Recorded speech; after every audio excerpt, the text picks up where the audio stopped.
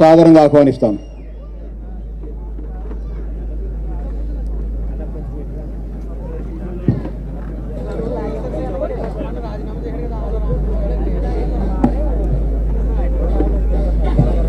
ఈరోజు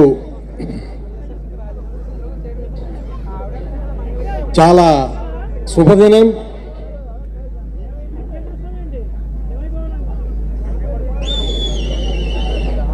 చంద్రబాబు నాయుడు గారికి నా యొక్క నమస్కారాలు తెలియజేస్తున్నాను. అట్లే లోకేష్ బాబు గారికి కూడా నా యొక్క నమస్కారాలు తెలియజేస్తున్నాను. నా పేరు మేకపాటి చంద్రశేఖర్ రెడ్డి. నేను 4 తూర్లు ఉదయగిరిలో గెలిచినటువంటి వ్యక్తిని.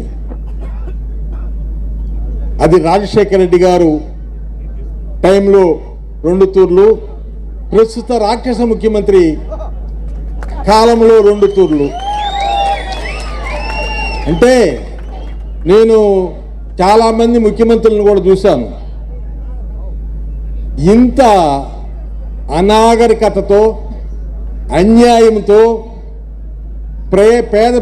పేద ప్రజల్ని హింసిస్తూ నోటి మాట చెప్పటం వరకే కానీ చేయటం వరకు లేదనేది మీ అందరికి కూడా తెలుసు, నేను చెప్పనక్కర్లే.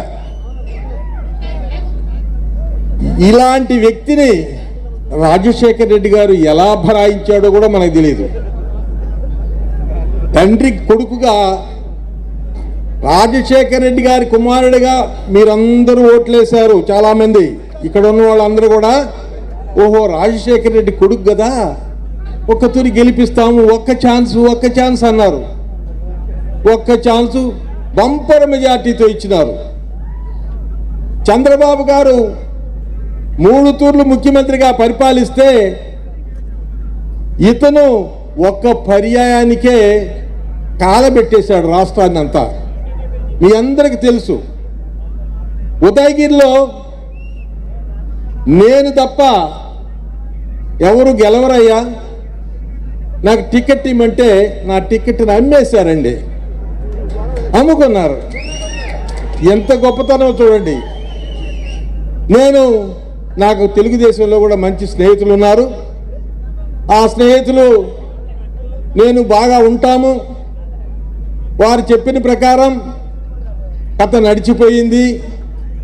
నేను ఈరోజు తెలుగుదేశంలో చేరాను. నాకు చాలా గౌరవం దొక్కింది. ఇక్కడ ముఖ్యమంత్రిగా ఆయన పాపం జగన్మోహన్ రెడ్డి గారిని, పేరు కూడా మర్చిపోయినానో నేను, జగన్మోహన్ రెడ్డి గారిని కలిసేదానికే ఛాన్స్ దొరికేది కాదు. ఆయన్ని కలవాలంటే బ్రహ్మదేవుడిని కలిసినంత, అంటే ఎట్లుంటుందో చూడండి కథ. అలాంటి వ్యక్తి,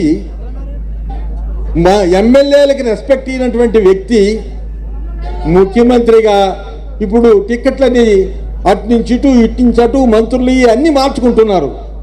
ఎందుకు వచ్చిన కర్మ అది? పద్ధతి ప్రకారం పరిపాలన చేస్తే, పేద ప్రజల్ని ఉద్ధరిస్తే, రాష్ట్రాన్ని అభివృద్ధి చేస్తే నీకు అది పట్టేది కాదు కదా. అది చేతగాక, పరిపాలన చేతగాక డబ్బు డబ్బు డబ్బు డబ్బు అనే డబ్బాతో రాష్ట్రం నాశనం అయిపోయింది. అయ్యా, మనం కానీ ఇంకా ఆ పార్టీకి ఓటేస్తే రాష్ట్రం బాగుపడదు, అభివృద్ధి శూన్యం, చదువుకున్న బిడ్డలకు ఉద్యోగాలు ఉండవు, ఎవరికి కూడా అభివృద్ధి అనేది కనబడదు. దయచేసి ఆలోచించి మనం ఖచ్చితంగా తెలుగుదేశం మళ్ళా చంద్రబాబు గారిని ముఖ్యమంత్రిని చేసుకోవాలి, రాష్ట్రాన్ని డెవలప్ చేసుకోవాలి. ఇది చాలా పేద ప్రాంతం. ఈ పేద ప్రాంతాన్ని మాది ఆ ఉదయగిరి అప్పకంతా వెనుకబడిన ప్రాంతం చాలా ఉన్నాయి. ఇవన్నిటి కూడా అభివృద్ధి కావాలంటే చంద్రబాబు గారు కావాల్సిందే. ఆయన ముఖ్యమంత్రి అయితేనే మన రాష్ట్రం బాగుపడుతుంది.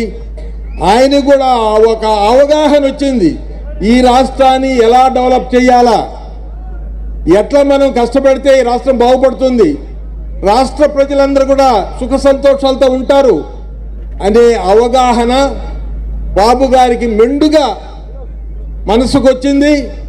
ఖచ్చితంగా ఈ పేద ప్రజల్ని ఆదుకుంటారు. మనం తప్పకుండా ఆయనకు ఆ అవకాశం ఇవ్వాలా, మంచి మెజార్టీతో గెలిపించాలా. లోకేష్ గారు కూడా చాలా ఆలోచనాపరుడు. నేను లోకేష్ గారిని చూశాను, మాట్లాడినాను, ఆయన పద్ధతులు కూడా చూశాను. ఏం తక్కువ మనిషి కాదు. వీళ్ళందరికన్నా, ఈ ముఖ్యమంత్రుల కన్నా, ఈ మంత్రుల కన్నా, వీళ్ళందరికన్నా మహా తెలివి కలిగినటువంటి వ్యక్తి లోకేష్ బాబు. నేను చూశాను. నాకు అంతో ఎంతో మనిషిని గమనించే శక్తి కూడా ఉంది. నాకున్న మనసుని గమనించే శక్తి ప్రకారం ఎక్సలెంట్ లోకేష్ బాబు గారు కూడా.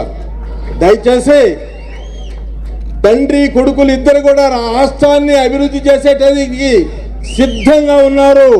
మీరు చూస్తున్నారు పాదయాత్రలో లోకేష్ గారి మాటలు, ఆయన ప్రజలకు ఇచ్చేటటువంటి వాగ్దానాలు, ప్రాంతాన్ని బట్టి, కులాలను బట్టి అన్ని కూడా మీరు చూస్తున్నారు. ప్రతి విషయం కూడా లోటు లేకుండా మా అందరికి ప్రజలకి న్యాయం చేయాలనే గొప్ప మనసుతో ఉన్నటువంటి అబ్బా కొడుకులు ఇద్దరు కూడా ఈ రాష్ట్రాన్ని అన్ని రకాలుగా అభివృద్ధి చేస్తారు. ప్రజలు మర్చిపోవద్దు. దుర్మార్గాన్ని మనం అణిచివేయాలి, న్యాయాన్ని మనం అభివృద్ధి చేసుకోవాలి.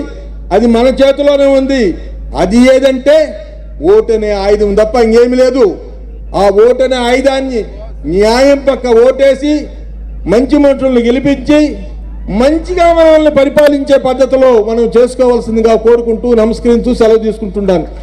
జై చంద్రబాబు, జై ఎన్టీ రామారావు గారు. నాకు ఎన్టీ రామారావు గారు అంటే ఇష్టం అయ్యో, అందుకనే నేను ఎన్టీ రామారావు గారు అంటే నాకు చాలా ఇష్టం. అది కూడా చెప్తున్నా. తాడికొండ శాసన సభ్యురాలు